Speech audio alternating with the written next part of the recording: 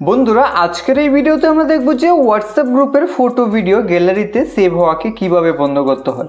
যদি আপনারা হোয়াটসঅ্যাপে এমন কিছু গ্রুপ রয়েছে যেখানে আপনার বন্ধুরা অদরকারি অনেক ধরনের ফটো ভিডিও শেয়ার করে, যেগুলো আপনি হোয়াটসঅ্যাপ গ্রুপে গিয়ে দেখার পর ফোনে গ্যালারিতে গিয়ে সেভ হয়ে যায়, তাহলে এই ভিডিও দেখে আপনি হোয়াটসঅ্যাপ গ্রুপের ফটো ভিডিও গ্যালারিতে সেভ হওয়াকে বন্ধ করতে পারবেন।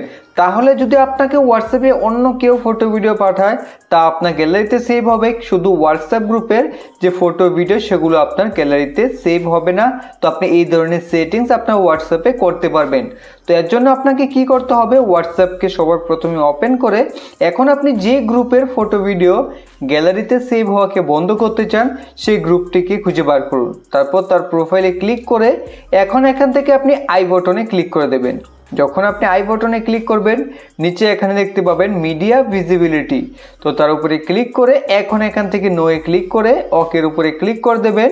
তাহলে এই গ্রুপে এখন যে যতই ফটো ভিডিও শেয়ার করুক না কেন তা আমার গ্যালারিতে অর্থাৎ আপনাদের গ্যালারিতে সেভ হবে না। ঠিক এইভাবে আপনি হোয়াটসঅ্যাপে যে সকল গ্রুপ রয়েছে যেগুলো আপনি মিডিয়া ভিজিবিলিটি অর্থাৎ ফটো ভিডিও গ্যালারিতে সেভ হওয়াকে বন্ধ করতে চান তাহলে এইভাবে করতে পারবেন।